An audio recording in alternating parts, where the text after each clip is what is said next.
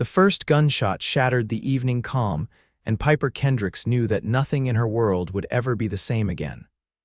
Clutching her 3-month-old son to her chest, she huddled in the corner of her modest cabin as bullets splintered wood and the acrid smell of smoke began to fill the air.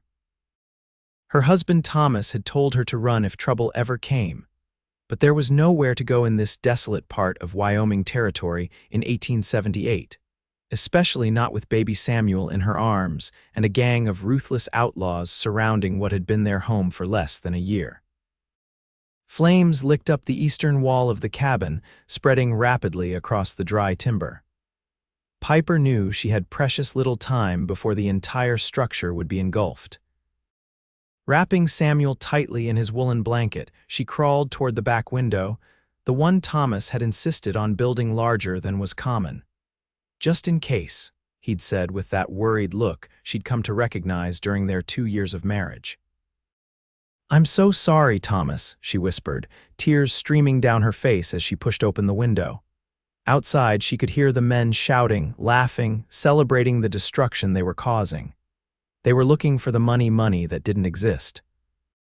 Her husband had died 3 weeks earlier from a rattlesnake bite while mending fences on their small ranch, leaving Piper alone with their infant son and barely enough supplies to last the month.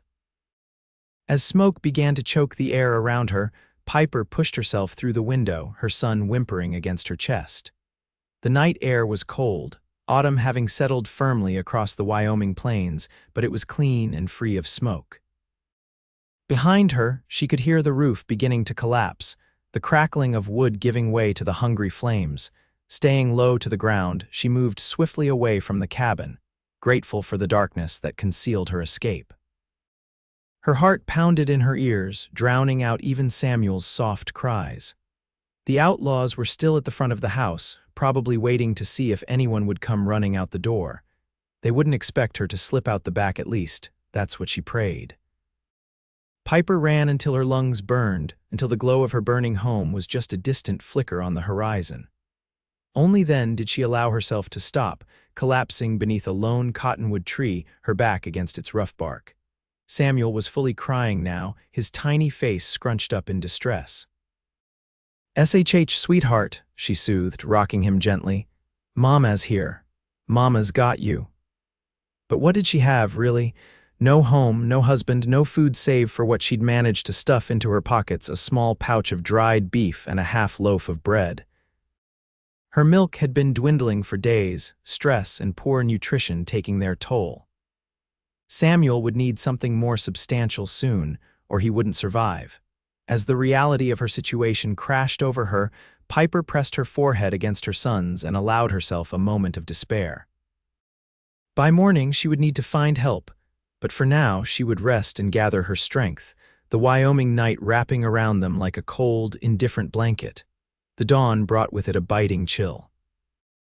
Piper awoke with a start, momentarily disoriented until the events of the previous night came rushing back. Samuel was fussing in her arms, hungry and uncomfortable. She shifted him to her breast, but he pulled away, frustrated by the meager offering. "I know, sweet boy," she murmured, her voice rough from smoke and sleep. "We'll find something better for you soon." Standing on legs stiff from cold and fear, Piper surveyed her surroundings. The prairie stretched out around her, seemingly endless. In the distance, she could make out the blue mountains, their peaks tinged pink with the rising sun. She needed to head north toward the settlement at Crestfall Creek. It was at least a 2-day journey on foot, but it was her only hope. Adjusting Samuel in her arms, Piper began walking. The morning sun did little to warm her as she trudged across the open plain. By midday, her throat was parched, her lips cracked from dehydration. Samuel had cried himself into exhaustion and now slept fitfully against her chest. When she spotted a small stream cutting through a shallow ravine, Piper nearly sobbed with relief. She knelt by the water's edge, drinking deeply before dampening a clean corner of Samuel's blanket and gently wetting his lips. He stirred, opening his eyes briefly before drifting back to sleep. Piper knew she needed to keep moving, but the temptation to rest was overwhelming. Just a few minutes, she told herself, settling against a boulder near the stream. Her eyes grew heavy, the gentle babble of water lulling her toward sleep. A rustling sound snapped her back to alertness. Clutching Samuel tighter, she looked around frantically, her heart racing. A man stood several yards away, leading a dappled gray horse by its reins. He was tall and lean, dressed in faded denim pants and a well-worn leather vest over a checked shirt. A wide-brimmed hat shadowed his face, but she could make out a strong jaw dusted with stubble. "Madam," he said, his voice low and cautious, as if trying not to startle a wild animal, "you look like you could use some help." Piper pulled Samuel closer, torn between desperation and distrust. "Who are you?" "Preston Reynolds," he replied, keeping his distance. "Most folks call me Prees. I'm heading to Crestfall Creek. Saw the smoke from your place last night." Piper's breath caught. "You saw," he nodded grimly. "Recognized the work of the Blackwater gang. They've been terrorizing homesteaders across 3 territories. I was tracking them when I saw what happened." He paused, his expression softening as he noticed the bundle in her arms. "Is that a child?" Samuel chose that moment to wake, his cries weak but insistent. Piper tried to comfort him, but he was beyond consolation. "He's hungry," she admitted, shame coloring her voice. I can't." Preston approached slowly, leading his horse. Now that he was closer, Piper could see that his eyes were a clear, steady blue, weathered at the corners like a man who'd spent his life squinting against the sun. "I've got some supplies," he said, reaching into his saddlebag. He pulled out a small cloth-wrapped package. "It's not much. Just some hardtack and the last of my bread from town." He held out the package, and after a moment's hesitation, Piper took it. Unwrapping it carefully, she found a chunk of bread and several pieces of hardtack. The bread was slightly stale but still soft enough to feed to Samuel.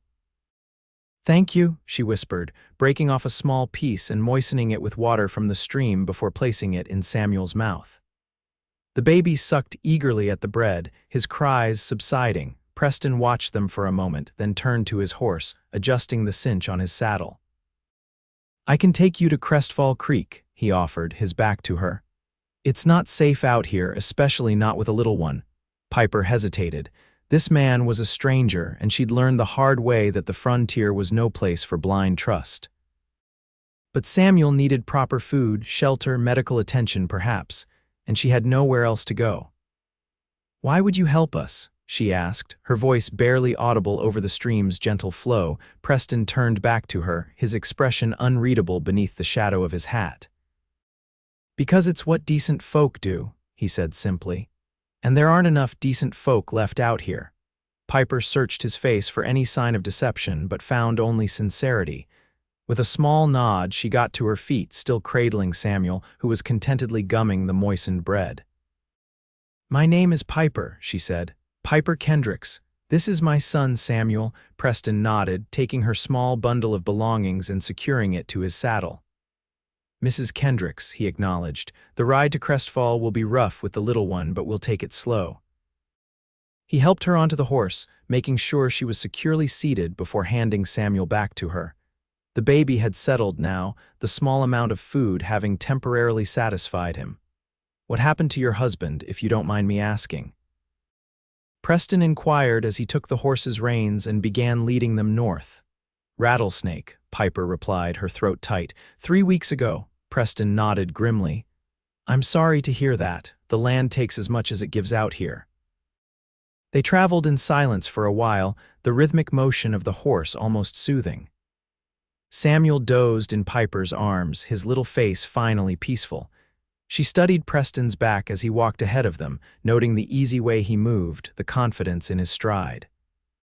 He didn't look like an outlaw, but then again, she wasn't sure what an outlaw was supposed to look like anymore. "Are you a lawman?" she asked suddenly.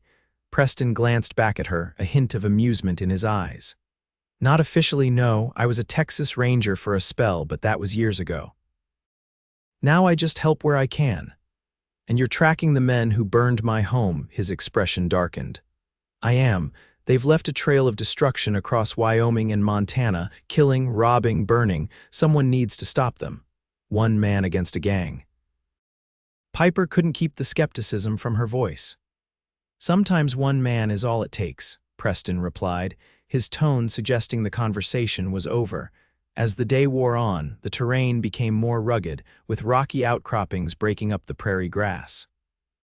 Preston helped Piper dismount when they stopped to rest, or when the path became too treacherous for the horse to safely carry them both.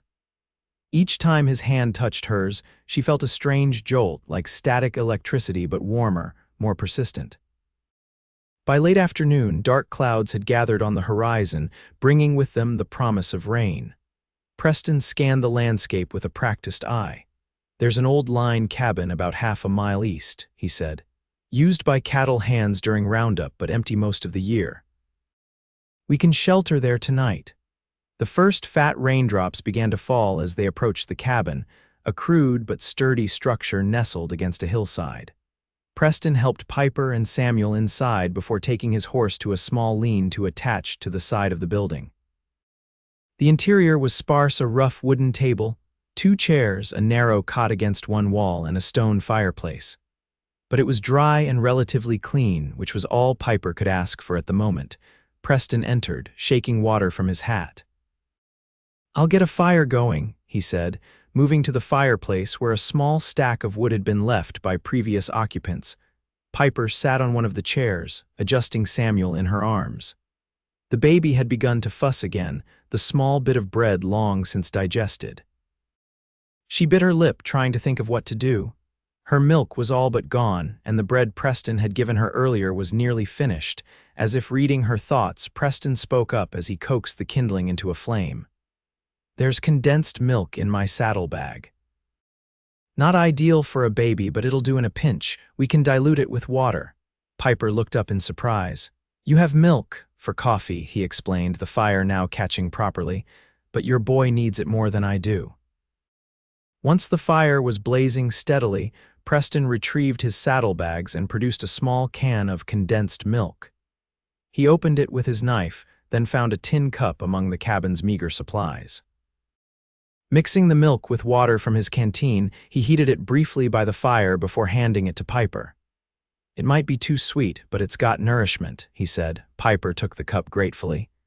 Using the corner of a clean cloth, she soaked up some of the diluted milk and let Samuel suck on it. The baby responded eagerly, his small hands batting at the cloth. "Thank you," Piper said, looking up at Preston, who had moved to the window, watching the rain that now fell in sheets. "I don't know what would have happened if you hadn't come along." He turned to her, his face illuminated by the firelight. "You would have managed," he said with quiet confidence. "You seem like a woman who finds a way to survive." Something in his tone made Piper's chest tighten. It had been so long since anyone had spoken to her with anything resembling respect, let alone admiration. Thomas had been a good man, but life on the frontier had worn him down, made him bitter toward the end. He'd started to see her as just another burden, another mouth to feed. "I wasn't always this way," she admitted, focusing on feeding Samuel. "Back east, in Philadelphia, I was just a shopkeeper's daughter with dreams of adventure. I had no idea what I was getting into when I married Thomas and came west." Preston pulled the second chair close to the fire and sat down, stretching his long legs toward the warmth. "Few people do," he said. "The stories they tell back east make the frontier sound like paradise, free land, opportunity, a fresh start. They don't mention the blizzards, the droughts, the loneliness, or the rattlesnakes," Piper added softly. "Or the rattlesnakes," Preston agreed, a sad smile touching his lips. "But there's beauty here too, among the hardship, a kind you don't find anywhere else."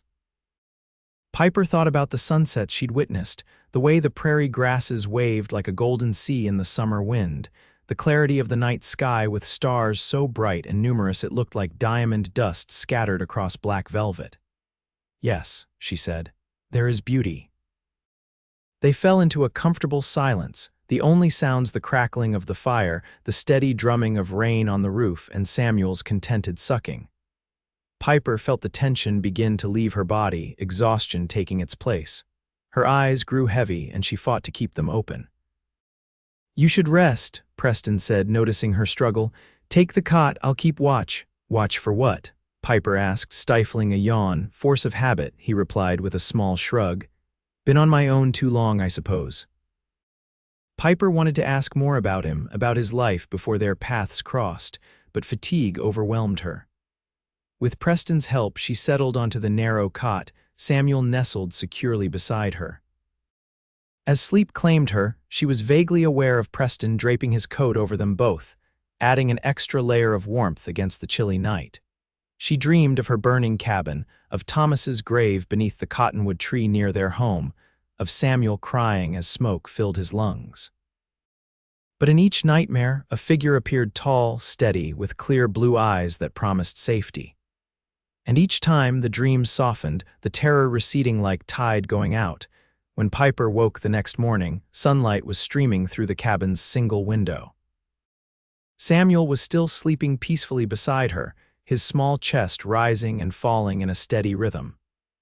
Preston was nowhere to be seen, but the fire had been built up again, and a pot of something was simmering over the flames. Panic gripped her for a moment had he abandoned them. But then the door opened and Preston entered, carrying an armful of firewood. He nodded when he saw she was awake. "Morning," he said simply, setting the wood down beside the fireplace. "There's coffee, and I managed to snare a rabbit. Not much meat on it, but it'll make a decent broth." Piper sat up, careful not to disturb Samuel. "You've been busy." "Sun's been up for hours," Preston replied, moving to check on the pot. "I figured you needed the rest."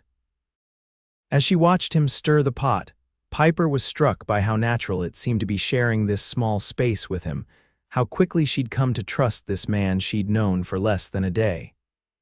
Perhaps it was desperation, or perhaps there was something genuinely trustworthy about Preston Reynolds. "The rain stopped during the night," he informed her, pouring a cup of coffee and bringing it to her. "Ground's still muddy, but we should be able to make good progress today. With luck, we'll reach Crestfall Creek by nightfall." Piper accepted the coffee, the warmth of the cup seeping into her cold fingers. "And then what?" she asked, voicing the question that had been gnawing at her since they'd started this journey. Preston paused, considering. "Then you and your boy get someplace safe, get proper food and rest." "And you go after the Blackwater gang," Piper finished for him. He didn't deny it. "They need to be stopped." "Why does it have to be you?" The question came out more plaintive than she'd intended. Preston's eyes met hers, and in them, she saw a depth of feeling that took her breath away. "Because I made a promise," he said quietly, "to my brother. They killed him and his wife last spring, burned their ranch just like they did yours, left their bodies for the coyotes." Understanding dawned on Piper, along with a wave of sympathy. "I'm so sorry." Preston nodded once, accepting her condolence before turning back to the fire. "The rabbit should be ready soon. There's more milk for the little one." Samuel began to stir beside her, making small mewling sounds that would soon turn to cries. Piper set her coffee aside and picked him up, cradling him against her chest. "Good morning, my sweet boy," she whispered, pressing a kiss to his forehead. Breakfast was a simple affair: rabbit broth for Piper, more diluted milk for Samuel, and coffee for them both. The broth was bland but warm and filling, the first proper meal Piper had had in what felt like ages. As they ate, Preston told her more about Crestfall Creek, describing the small but growing settlement with its general store, saloon, blacksmith, and the beginnings of a church. "There's a widow there, Mrs. Abigail Foster," he said. "Runs a boarding house of sorts, good woman. She'd take you in, at least temporarily." "I have no money," Piper reminded him. "She'll understand," Preston assured her, "and you won't be without options for long. A woman who can survive what you have confined work. The settlement needs capable hands." Piper wasn't sure whether to be heartened or alarmed by his apparent confidence in her future without him. She'd grown accustomed to his presence, to the steadying influence he had on her shattered world. The thought of continuing without him left an unexpected hollow feeling in her chest. They set out again after breakfast, Piper and Samuel on the horse with Preston leading them, just as before. The terrain gradually changed as they traveled, the open prairie giving way to more wooded areas with stands of pine and aspen. The air smelled fresher here, tinged with resin and the lingering petrichor from the previous night's rain. As they rode, Piper found herself studying Preston more closely, the way he moved with fluid grace despite his tall frame, the careful attention he paid to their surroundings, the gentle way he spoke when checking if she and Samuel were comfortable. There was a contradiction in him that fascinated her, a hardness born of loss and frontier life alongside a fundamental kindness that couldn't be extinguished. "How long have you been tracking the Blackwater gang?" she asked during one of their brief rest stops. Preston was kneeling by a small stream, refilling his canteen. "4 months," he replied without looking up. "They're careful, but not careful enough. I've been gaining ground. And when you find them, what then? There must be at least 6 of them from what I saw." He straightened up, securing the cap on his canteen. "7," he corrected, "and I'll do what needs doing." "They'll kill you," Piper said, unable to keep the fear from her voice. Preston finally turned to look at her, his expression softening slightly. "Maybe. But they'll keep killing innocent folks if somebody doesn't stop them." He paused, then added more gently, "This isn't your burden, Mrs. Kendricks." "Piper," she corrected automatically, "and maybe it is my burden now that they've taken everything from me." Something flashed in Preston's eyes, respect, perhaps, or recognition of a kindred spirit. "We should keep moving," he said after a moment, "still have a ways to go before dark." As they continued their journey, the sun arced across the sky, casting long shadows by the time they crested a hill and saw Crestfall Creek, nestled in the valley below. From this distance, it looked exactly as Preston had described, a small cluster of wooden buildings with a winding creek on one side and a stand of pines on the other. Smoke rose from several chimneys, and Piper could make out tiny figures moving about, going about their daily business. "There it is," Preston said, a note of relief in his voice. "We'll be there in less than an hour." Piper felt a complicated mix of emotions: relief at the prospect of safety and proper care for Samuel, but also an inexplicable reluctance. Once they reached the settlement, Preston would leave to continue his dangerous pursuit. She might never see him again. The thought troubled her more than it should have, given how briefly they'd known each other. "Preston," she began, not entirely sure what she wanted to say. He looked up at her, waiting. "Thank you," she finally managed, "for everything, for saving us." A small smile touched his lips. "You would have found a way without me." "Perhaps," she conceded, "but I'm glad I didn't have to." Their eyes held for a moment longer than necessary, and Piper felt a warmth spread through her that had nothing to do with the late afternoon sun. Then Samuel stirred against her chest, breaking the moment. "Let's get you both to town," Preston said, his voice slightly rougher than before as he turned to lead the horse down the hill. Crestfall Creek grew larger as they approached, the buildings taking on detail and dimension. It was a humble settlement by Eastern standards, but to Piper, after days of uncertainty and fear, it looked like salvation. People stopped to stare as Preston led them down the main street, a woman with a baby on horseback being something of a novelty, especially with their travel-worn appearance. Preston guided them to a 2-story wooden building with a sign that read, "Foster's Boarding House." A wide porch wrapped around the front, furnished with several rocking chairs. Before they even reached the steps, the door opened, and a stout woman with silver-streaked hair emerged, wiping her hands on her apron. "Preston Reynolds," she called, her voice warm with recognition. "It's been months since you passed through, and who have you brought with you?" Preston helped Piper down from the horse, supporting her as her stiff legs adjusted to standing again. "Mrs. Foster, this is Mrs. Piper Kendricks and her son Samuel. They're in need of lodging."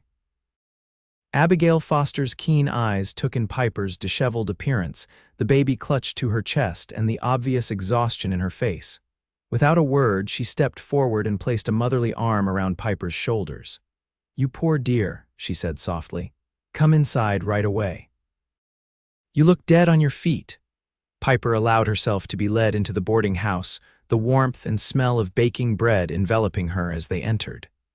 The main room was simple but clean and comfortable, with a large hearth at one end and several well-worn chairs and a sofa arranged around it. A doorway led to what appeared to be a dining room where a long table was set for the evening meal. Sit down," Mrs. Foster insisted, guiding Piper to a chair near the fire. "Let me see that little one. When did he last eat properly?" As Piper explained their situation, the condensed milk, the loss of her home, Thomas's death. Mrs. Foster's expression grew increasingly concerned, but there was no pity in her eyes, only practical compassion. "Well, you're safe now," she declared when Piper had finished. "We'll get this little fellow some proper food. Sally Jenkins just had a baby 3 months ago and has milk enough for 2, and you need a hot meal and a real bed." Preston had remained standing by the door, his hat in his hands. "Mrs. Foster is right," he said. "You'll be well looked after here." There was a finality in his tone that made Piper's heart sink. He was already preparing to leave. "You're not staying?" she asked, though she knew the answer. "I've delayed too long already," he replied, his eyes apologetic. "The gang's trail will be growing cold, Mrs." Foster looked between them, a knowing expression crossing her face. "Preston Reynolds, surely you can spare one night to rest properly.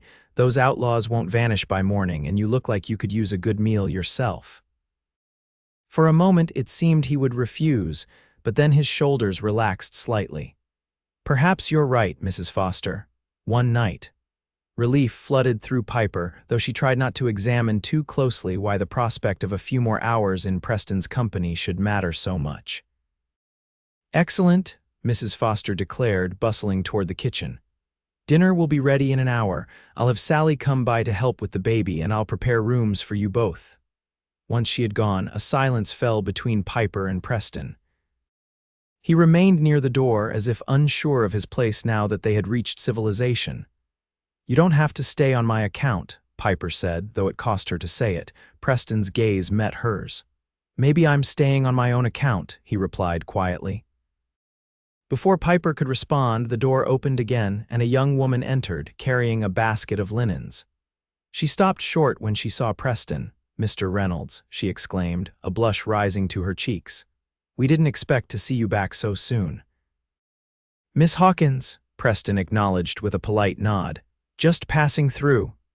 The woman, Miss Hawkins, looked disappointed at this news, but quickly composed herself.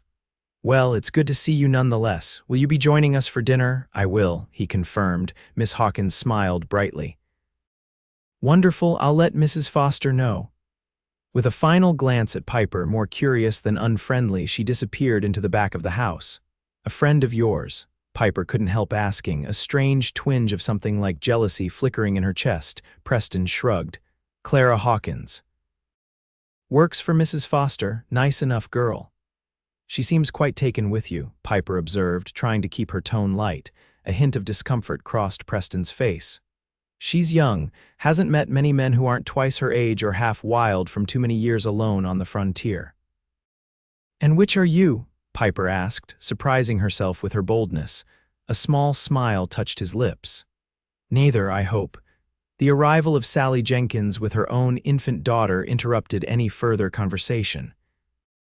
The young woman, rosy-cheeked and cheerful despite the obvious demands of new motherhood, was more than happy to help feed Samuel. Piper watched gratefully as her son took to nursing from the stranger with enthusiastic hunger, his small hands kneading against the woman's breast. "He's a strong one," Sally commented, smiling down at Samuel. "What's he now, 3 months?" "Almost 4, Piper replied, feeling a sudden pang at how quickly time was passing, even amidst all the chaos and tragedy. "My Lily here is just a bit older," Sally said, nodding to her own daughter who was contentedly sleeping in a small bassinet that Mrs. Foster had brought in. "They could be playmates, once they're a bit bigger." The casual assumption that Piper would be staying, that Samuel would grow up in Crestfall Creek, was both comforting and unsettling. She had no plan beyond surviving each day, no clear vision of what her future might hold. Preston had moved to the window while the women tended to the babies, his gaze fixed on the street outside. There was a tension in his posture that hadn't been there before, a readiness that reminded Piper of a predator scenting prey. "Is something wrong?" she asked, her instincts immediately sharpening. Preston turned slightly, his expression carefully neutral. "Just keeping an eye out, old habits." But Piper wasn't convinced. Something had changed, and a cold knot of fear formed in her stomach. "They're not here, are they, the gang?" "No," Preston assured her quickly. "But news travels fast on the frontier. If anyone recognized your description or mine, word could spread." You think we were followed? Piper's arms instinctively tightened around Samuel, though he was still happily nursing from Sally. I think we're safe for now, Preston replied, his tone deliberately calm. But I'll feel better once you and Samuel have a fresh start, somewhere the Blackwater gang won't think to look. A fresh start, Piper echoed, the words bringing to mind the bread Preston had shared, his quiet assertion in the face of all they'd lost. We'll start over. Before she could press further, Mrs. Foster returned, announcing that dinner was ready and that rooms had been prepared for both Piper and Preston. With Sally's help, Piper got Samuel settled, the baby finally full and content after his proper meal. By the time they joined the others in the dining room, Preston was already seated at the long table, along with 3 other boarders, an elderly gentleman who introduced himself as Dr. Whitman, a young schoolteacher named Miss Evans, and a rail worker called O'Brien. The meal was simple but abundant: roast chicken, potatoes, carrots, and fresh bread with butter. To Piper, who had subsisted on rabbit broth and hardtack for days, it was a feast fit for royalty. She ate with careful restraint, mindful that her stomach wasn't used to such rich fare anymore, but savoring every bite. Conversation flowed easily around the table. Dr. Whitman spoke of his plans to open a proper medical practice in Crestfall Creek, while Miss Evans lamented the lack of books for her small school. O'Brien regaled them with tales of the railroad's progress, predicting that within 2 years, trains would be running regularly through the territory. Through it all, Preston remained largely silent, offering only brief responses when directly addressed. As the meal concluded and Mrs. Foster began clearing plates, assisted by Miss Hawkins, who seemed to find frequent reasons to brush past Preston's chair, Piper found herself growing increasingly weary. The combination of good food, warm surroundings, and the knowledge that Samuel was safe and fed had lowered her defenses, allowing exhaustion to seep in. Preston noticed her stifling a yawn and immediately stood. Mrs. Kendricks has had a long journey, he announced to the table. I'm sure she'd appreciate some rest. The others murmured their understanding, and Mrs. Foster appeared at Piper's elbow. Of course, dear, let me show you to your room. Sally has already taken your little one up and gotten him settled. Piper allowed herself to be led upstairs to a small but comfortable bedroom where Samuel lay sleeping in a borrowed cradle. A copper tub stood in one corner, already filled with steaming water. I thought you might appreciate a proper bath, Mrs. Foster said kindly. There's a nightgown and fresh clothes for tomorrow on the bed. They belonged to my daughter before she moved to Denver. Should fit well enough until we can get you some things of your own. Overwhelmed by the woman's generosity, Piper could only nod her thanks, tears threatening to spill over. Mrs. Foster patted her shoulder. Rest now. Things always look brighter in the morning. Left alone with her sleeping son, Piper sank onto the edge of the bed, the reality of the past few days crashing over her. She was safe, Samuel was fed and sleeping peacefully, and tomorrow would bring new challenges but also new possibilities. And Preston would be gone. The thought sent an unexpected surge of pain through her chest. In the short time they'd traveled together, he had become more than just a rescuer or a guide. He had become something she hadn't realized. She was missing a source of strength, of quiet understanding, of hope. After checking on Samuel, Piper undressed and slipped into the bath, the warm water soothing her aching muscles and washing away days of dust and fear. As she cleansed herself, she found her thoughts returning to Preston, the way his eyes crinkled slightly when he smiled, the gentleness of his hands when he helped her on and off the horse, the determination in his voice when he spoke of justice for his brother. It was foolish, she knew, to feel such a connection to a man she'd known for barely 2 days, especially when her husband had been dead less than a month. But the heart followed its own logic, and Piper couldn't deny that Preston Reynolds had awakened something in her that she thought had died along with Thomas. By the time she dried herself and put on the borrowed nightgown, Samuel was stirring again. Piper lifted him from the cradle, checking his cloth diaper and finding it dry for now. She sat in the small, rocking chair by the window, cradling her son and looking out at the stars that were just beginning to appear in the darkening sky. "What do you think, Samuel?" she whispered. "Could we make a life here? Could this be our fresh start?" Samuel blinked up at her, his tiny fingers closing around one of hers with surprising strength. Piper smiled down at him, marveling as always at this perfect small person she and Thomas had created together. Thomas, who would never see his son grow up, never teach him to ride or fish or build with his hands. A soft knock on the door pulled her from her thoughts. "Yes," she called, expecting Mrs. Foster or perhaps Sally returning to check on the baby. Instead, the door opened slightly to reveal Preston, his hat in his hands. "I'm sorry to disturb you," he said, his eyes carefully averted from her nightgown-clad form. "I just wanted to make sure you and the boy were settled." "We are, thank you," Piper replied, oddly touched by his concern. "Mrs. Foster has been very kind," Preston nodded, still hovering in the doorway. "She's a good woman, you'll be in good hands here." There it was again, that note of finality that suggested goodbyes were imminent. Piper swallowed hard. "You're still planning to leave at first light?" "Yes," he confirmed. "The sooner I pick up the gang's trail, the better chance I have of finding them before they hurt anyone else." Piper wanted to argue, to point out the foolishness of one man going against 7 hardened criminals, but she knew it would do no good. Preston's mind was set, his course determined by a promise made to a dead brother. "I understand," she said instead. "But please be careful." Preston's expression softened slightly. "I've survived this long," he said, offering a small smile. "And now I have an even better reason to come back in one piece." The implication of his words hung in the air between them, neither acknowledging it directly but both feeling the weight of it. Piper felt her cheeks warm, and she looked down at Samuel to hide her reaction. "Well," Preston said after a moment, "I should let you rest. Good night, Mrs. Kendricks. Good night, little Samuel." "Good night, Mr. Reynolds," Piper replied formally, though what she really wanted to say was far less proper, far more revealing of the confusing emotions swirling within her.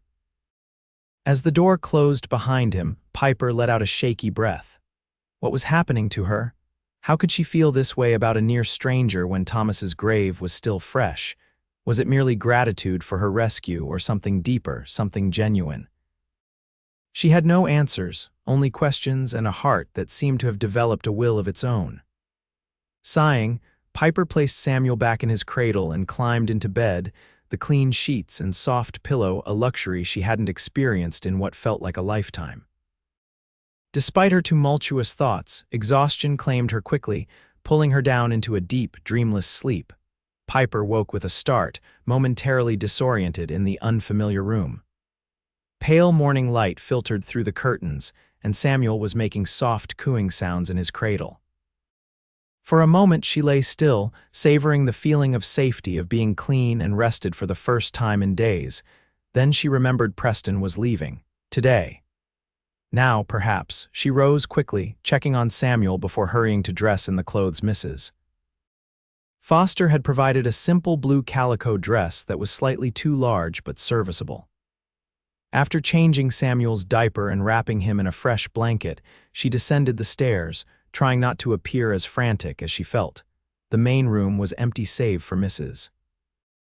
Foster, who was sweeping the hearth. She looked up as Piper entered, her expression softening into a sympathetic smile. "He's gone, dear," she said gently. "Left at first light, just as he said he would." Disappointment crashed over Piper, though she tried to mask it. "Oh," she managed. "I just thought I'd thank him again for bringing us here." Mrs. Foster straightened, setting the broom aside.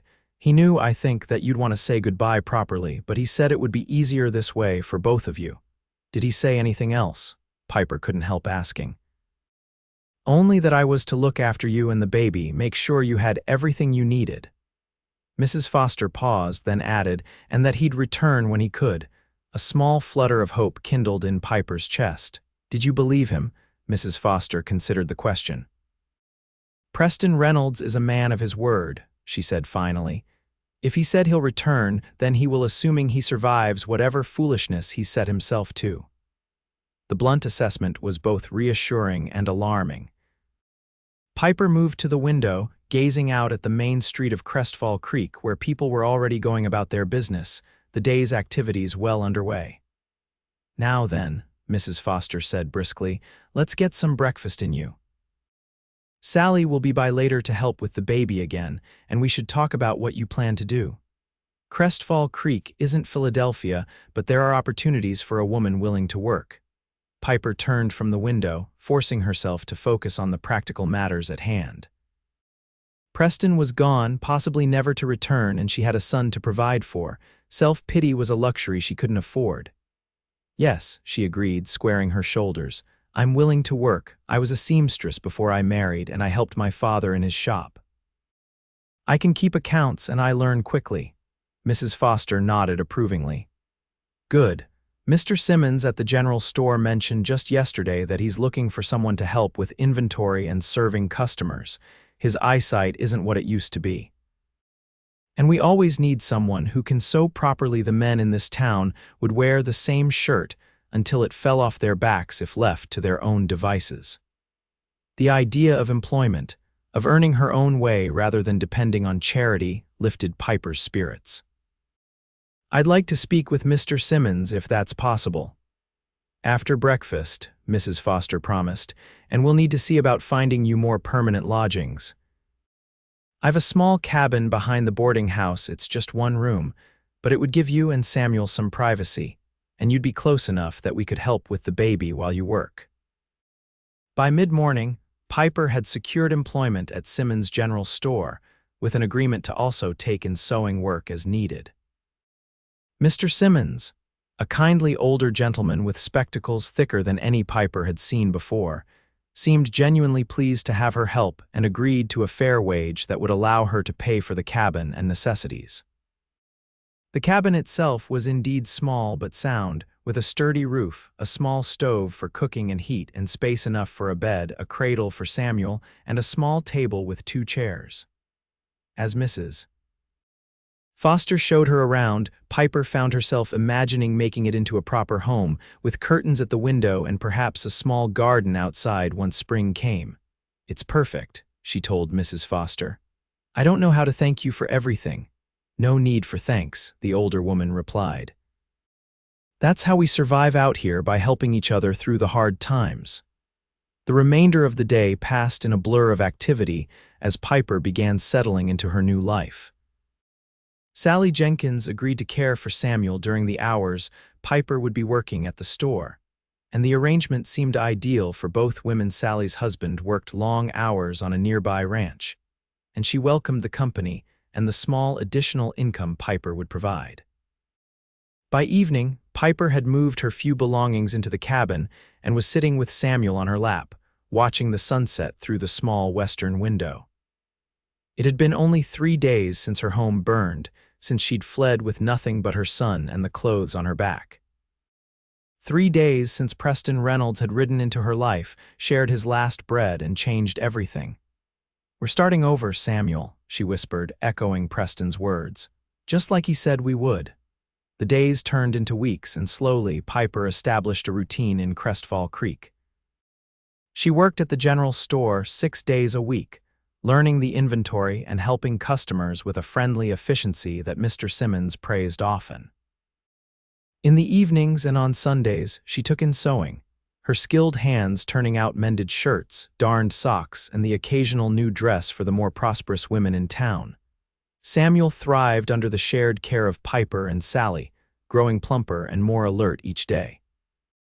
His first real smile came just after he turned 5 months old, a toothless grin that made Piper's heart clench with love and a bittersweet wish that Thomas could have seen it. Throughout it all, Piper found herself watching the road leading into town, looking up whenever the bell above the store's door jingled, hoping to see a tall figure in a wide-brimmed hat. But as autumn deepened toward winter, there was no sign of Preston Reynolds. News came sporadically. Travelers passing through would mention sightings of the Blackwater gang in various locations, each report contradicting the last. Some said they'd moved north into Montana Territory, others claimed they'd headed south toward Colorado. No one mentioned a lone man tracking them, though Piper asked carefully, trying not to reveal too much of her interest. The first snow fell in early November, transforming Crestfall Creek into a winter wonderland that reminded Piper of Christmas cards from back east. Samuel, now nearly 6 months old, watched the falling flakes from the window of their cabin with fascination, his small hands reaching as if to catch them through the glass. "It's snow, Samuel," Piper told him, holding him close. "Your first winter.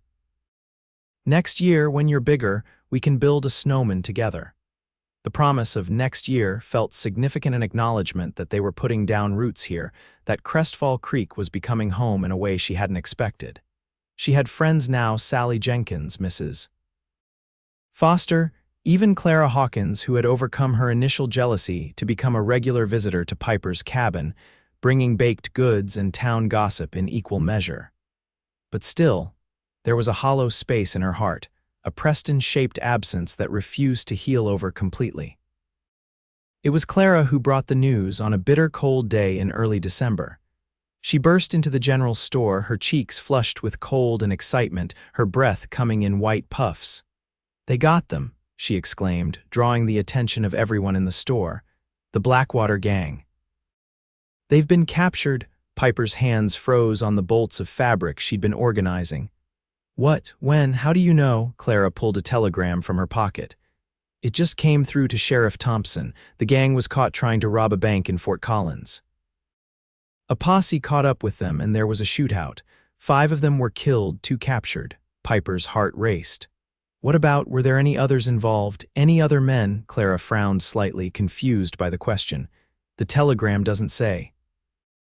"Just that the territory is finally rid of the worst gang we've had in years." "That's wonderful news," Mr. Simmons declared, emerging from the back room. "Those devils have terrorized honest folk for too long." As the customers in the store began discussing the news, exchanging stories of the gang's notorious deeds, Piper slipped into the storeroom, needing a moment to compose herself. If the gang had been caught or killed, then where was Preston? Had he been involved in the shootout? Was he among the unnamed dead? Or had his quest for vengeance ended differently than he'd planned? She pressed a hand to her mouth, fighting back unexpected tears. This should be a moment of relief, of justice served for what had been done to her home, to Thomas's memory. Instead, all she felt was a gnawing worry for a man she barely knew but couldn't forget. The bell above the store's door jingled again, and Piper heard Mr. Simmons greeting a new customer. Taking a deep breath, she straightened her apron and prepared to return to work. The store was busier than usual today, with people coming in not just to shop, but to discuss the exciting news about the Blackwater gang. She had just stepped back into the main room when she saw him standing by the counter, his hat in his hands, looking thinner and more weathered than when she'd last seen him, but unmistakably alive. Preston. Their eyes met across the store, and everything else seemed to fade away: the chattering customers, Mr. Simmons's cheerful greeting, Clara's surprised exclamation. For a moment, they simply stared at each other, 1,000 unspoken words passing between them. Then Piper was moving, weaving through the customers until she stood before him, scarcely breathing, afraid he might be a hallucination born of her desperate wishing. "You came back," she whispered. Preston nodded, a slow smile spreading across his face, crinkling the corners of his eyes just as she remembered. "I said I would. The gang is finished," he confirmed, "for good. Were you there at the shootout?" A shadow crossed his face. "Yes, but that's a story for another time." His eyes searched hers. "How are you? How's Samuel?"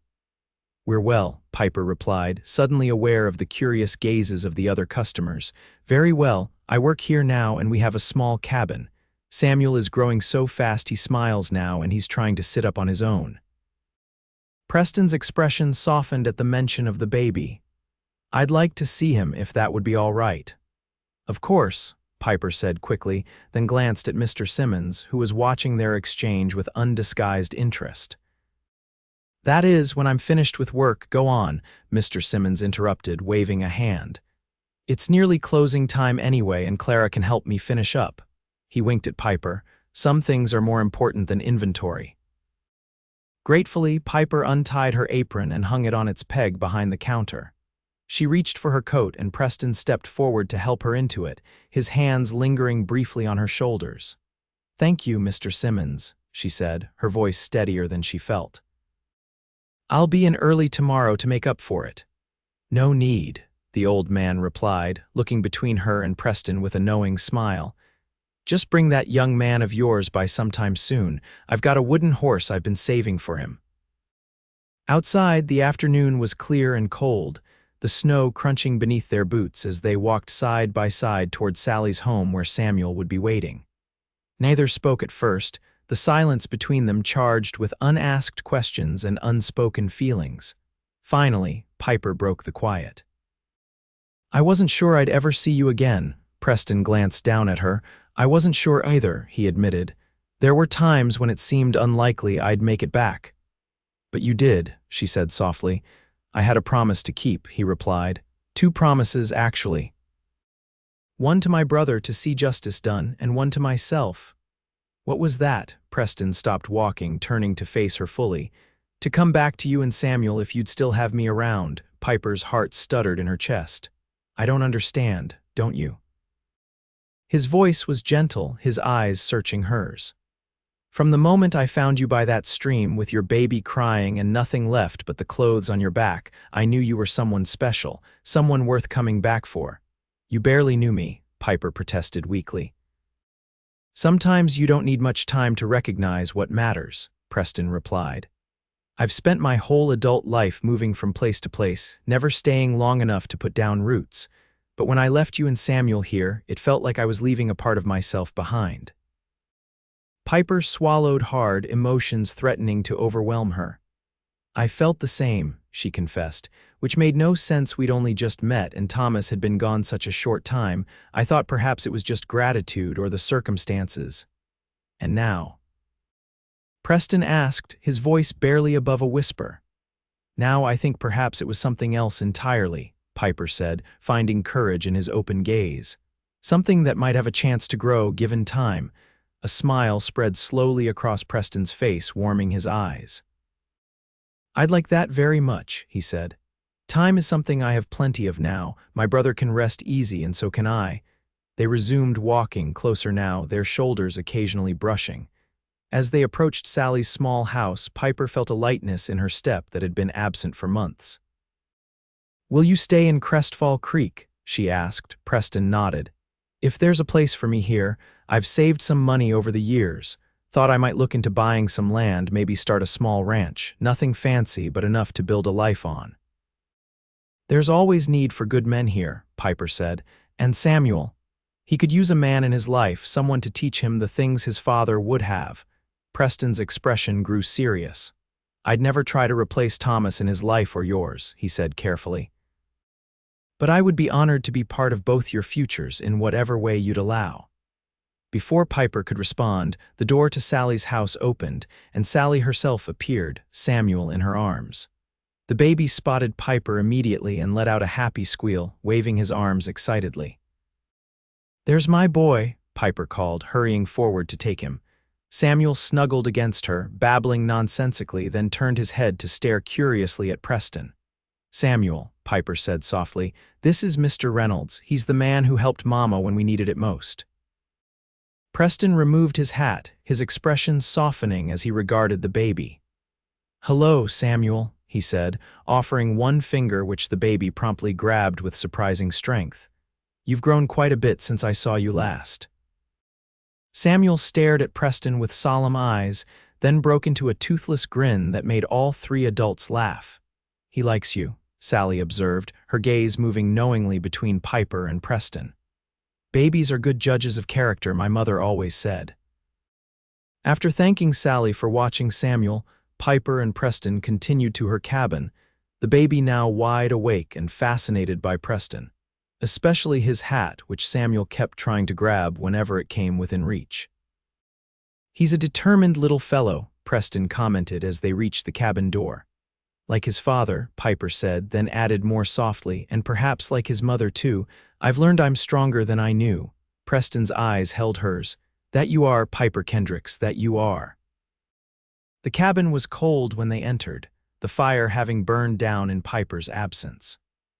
Preston immediately set about rebuilding it while Piper settled Samuel on a blanket near the stove, giving him a wooden spoon to play with his current favorite toy. As warmth began to spread through the small space, Piper prepared a simple meal: beans, cornbread that Sally had sent home with her, and coffee. It wasn't much, but Preston ate as if it were a feast, complimenting her cooking between bites. "So," Piper said as they finished eating, Samuel now dozing on his blanket, "tell me what happened. With the gang." Preston's expression grew distant. "I tracked them for weeks, always staying just far enough behind to avoid detection. They were heading south. As I'd guessed they would winter in Wyoming Territory is no joke, and they knew it." He described following their trail through small settlements and isolated homesteads, sometimes finding evidence of their passing in burned buildings or terrified witnesses. Finally, he'd caught up to them outside Fort Collins, where they were planning to rob the bank. "I went to the local sheriff," Preston explained. "Told him what I knew, helped him gather a posse. We set a trap, but things didn't go exactly as planned." Piper noticed for the first time a faint scar along his jawline that hadn't been there before, and the careful way he held his left arm. "You were hurt," she said, concern lacing her voice. Preston shrugged. "A bullet grazed my face and another caught me in the arm, nothing serious." "I was luckier than some." He fell silent for a moment, his gaze fixed on the fire. "5 of them died in the shootout, including their leader, a man named Harlan Blackwater. The other 2 are in jail awaiting trial, but there's no doubt about the outcome. They'll hang by spring. And your brother." "Did you feel, was it what you hoped for?" Piper asked carefully. Preston considered the question. "Justice was done," he said finally. "But it didn't bring David back or his wife. It didn't undo the harm they caused to so many others." He looked up at her. "Including you." "But it means they won't hurt anyone else," Piper pointed out. "That has to count for something." "It does," he agreed. "And it means I can finally move forward, stop living with one eye always looking backward." Samuel stirred on his blanket, making small fussing sounds. Piper moved to pick him up, cradling him against her shoulder and patting his back soothingly. "It's getting late," she said, suddenly aware of how improper it might seem to have Preston in her cabin after dark, despite the innocence of their conversation. Crestfall Creek was a small town and reputations were fragile things. Preston seemed to realize the same, rising from his chair. "I should find a room at Mrs. Foster's," he said. "If she'll have me back." "She will," Piper assured him. "She speaks of you often, always wondering when you might return." Preston reached for his hat but hesitated before putting it on. "Piper," he said, his voice suddenly uncertain, "I meant what I said earlier, about wanting to be part of your life, yours and Samuel's. But I don't want to rush you or pressure you in any way. I know it hasn't been long since Thomas." 6 months, Piper said softly. "It feels like a lifetime ago sometimes, and then other times it feels like yesterday." She looked down at Samuel, sleeping peacefully in her arms. "Thomas will always be Samuel's father, and a part of me will always love him for giving me this beautiful child. But my heart, it's healing, finding room for new feelings." Preston took a step closer, close enough that she could smell the pine and leather scent of him, could see the flecks of gray in his blue eyes. "New feelings for me?" he asked, his voice barely above a whisper. Piper nodded, her cheeks warming. "Yes, for you." Slowly, giving her every chance to pull away, Preston leaned down and pressed his lips to hers, a gentle kiss, respectful and yet full of promise. Piper's eyes fluttered closed, her free hand coming up to rest against his chest, feeling the steady beat of his heart beneath her palm. When they parted, Preston's eyes were bright with emotion. "I'll call on you tomorrow," he said, his voice slightly husky, "if that's all right." "I'd like that," Piper replied, her own voice unsteady. With a final glance at her and the sleeping Samuel, Preston put on his hat and stepped out into the night, leaving Piper standing in the doorway, her fingers touching her lips where the warmth of his kiss still lingered. Winter passed in a blur of quiet moments and growing affection. True to his word, Preston called on Piper the next day and nearly every day after. He bought a small property on the outskirts of town, 10 acres, with a modest cabin that needed work but had good bones, as he put it. With the help of neighbors and his own skilled hands, he began transforming it into a proper ranch, starting with just a few head of cattle and 2 sturdy horses. Samuel took to Preston immediately, lighting up whenever the tall man entered a room. By the time the baby celebrated his first birthday in late March, he was crawling everywhere, pulling himself up on furniture, and attempting his first halting words. Mama came first, to Piper's delight, followed surprisingly by Prees, which made Preston's eyes suspiciously bright the first time he heard it. Spring brought new growth to the land and to the tentative relationship between Piper and Preston. They moved carefully, mindful of the community's watchful eyes and Piper's still healing heart. Preston was unfailingly patient, never pushing for more than she was ready to give, content to spend quiet evenings in her cabin, playing with Samuel or simply talking while Piper worked on her sewing. It was during one such evening, with Samuel finally asleep in his crib and the first wildflowers of the season arranged in a mason jar on the table, that Preston took Piper's hand in his. "I've been thinking," he began, his thumb tracing circles on her palm, "about the future." Piper set aside the shirt she'd been mending. "What about it?" "My place is coming along well," Preston said. "The new barn is finished and I've added 2 rooms to the cabin. It's still modest, but it's becoming a real home." He hesitated, then continued, "It could be a good place for a family." Piper's heart quickened. "Preston?" "I love you, Piper," he said simply. "I think I've loved you since I found you with Samuel by that stream, so brave despite everything you'd lost, and I love that boy like he was my own flesh and blood." Tears prickled behind Piper's eyes. "We love you too," she whispered. "Both of us." Preston smiled, a flash of relief crossing his features. "Then would you consider becoming my wife? Would you and Samuel come live with me on the ranch, make it a true home?" Joy bubbled up in Piper's chest, bright and unexpected. "Yes," she said without hesitation. "Yes, we would love that." Preston's smile widened and he leaned forward to kiss her deeper than their previous kisses, full of promise and passion carefully restrained. When they broke apart, both were breathless. "I can't offer you an easy life," Preston warned, his forehead resting against hers. "Ranching is hard work and the frontier is still wild in many ways, but I swear to you I will protect you and Samuel with everything I have.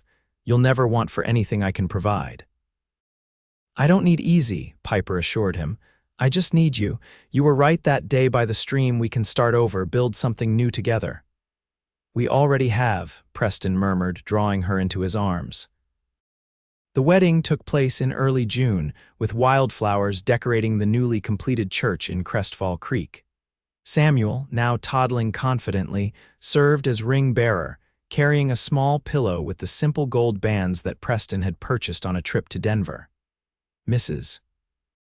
Foster cried openly, while Sally Jenkins beamed from the front pew, her own second child, a boy born in February, sleeping in her arms. Afterward, the entire town celebrated with a feast and dancing that lasted well into the evening. As Piper and Preston swayed together under lantern light, his arms strong around her waist, she marveled at how far they had come from that desperate day when she'd fled her burning home with nothing but her child and her courage. "Happy," Preston murmured against her ear. "More than I ever thought possible," Piper replied honestly. "It's strange how life works. If the Blackwater gang hadn't come that night, if you hadn't been tracking them, we might never have met," Preston finished. "I can't be grateful for the suffering they caused, but I am eternally thankful that it led me to you and Samuel." Later that night, after the celebration had ended and they had retired to Preston's now their ranch house, Piper stood by the window of their bedroom, looking out at the moonlit prairie. Samuel was asleep in his new room. The house was quiet and her husband was lighting the lamps, filling the room with a warm, golden glow. "A penny for your thoughts," Preston said, coming to stand behind her, his arms encircling her waist. Piper leaned back against him, savoring his warmth and strength. "I was thinking about how much has changed in 1 year. Last summer I was a frightened widow with a baby and no hope. Now," she turned in his arms, looking up at him with shining eyes, Now I have a husband I love, a home, a future. Preston brushed a strand of hair from her face, his touch gentle. And I have the family I never thought I'd find. He kissed her softly. I promise you, Piper Reynolds, that as long as I live, you and Samuel will never know the fear or loss you faced before. We've started over, and this time we're building something that will last. I believe you, Piper whispered, rising on tiptoes to return his kiss. With all my heart, I believe you. As they came together in the soft lamplight, husband and wife at last, Piper knew with absolute certainty that the promise made beside a stream on that desperate day, "We'll start over," had been fulfilled beyond her wildest dreams. From the ashes of her old life, a new one had bloomed, stronger and more beautiful than she could have imagined. 5 years later, Piper stood on the porch of their expanded ranch house, watching as Preston taught Samuel to ride his very own pony, a gift for his 6th birthday. Beside her, 3-year-old David Reynolds clung to her skirts, while baby Grace slept peacefully in her arms, just 8 weeks old and already showing signs of having her mother's auburn hair. The Reynolds ranch had prospered under Preston's careful management and Piper's practical support. What had begun as 10 acres and a handful of cattle had grown to over 100 acres with a respectable herd, 2 working hands, and a reputation for fair dealing throughout the territory. The original cabin was now a spacious home with 4 bedrooms, a proper kitchen, and even a small library filled with books that Preston brought back from his occasional trips to Denver. Samuel, tall for his age and with his father's dark hair but his mother's green eyes, was thriving. He had no memory of the desperate night they'd fled their burning home or of the man whose blood ran in his veins, but he knew the stories. Preston had insisted that Thomas Kendricks be remembered and honored as Samuel's first father, a man who had loved his son even though he hadn't lived to see him grow. "Look, Mama," Samuel called, sitting proudly atop his spotted pony while Preston held the lead rope. "I'm riding by myself." "I see you, sweetheart," Piper called back, her heart full to bursting with pride and love. "You're doing wonderfully," David tugged at her skirt. "Me ride too, Mama," he insisted, his small face set in determination. "When you're a bit bigger," Piper promised, ruffling his sandy hair so like Preston's in color and texture. "For now, you can help me feed the chickens after your sister's nap." This seemed to satisfy the toddler, who nodded seriously before returning his attention to his older brother's riding lesson. As Piper watched her family, she thought back to that night by the stream, when a stranger had offered his last bread to a desperate woman and her crying baby. She could never have imagined then where that simple act of kindness would lead to love, to security, to a family that now numbered 5 and a future bright with promise. Preston glanced up, catching her eye across the yard. Even after years together, that look still made her heart skip a beat. He smiled, the special smile he reserved just for her, and in it she read all the love and commitment that had carried them through both joyous and difficult times. "We did it," Piper whispered to herself, looking around at the home and life they'd built together. "We started over." And what a glorious new beginning it had been.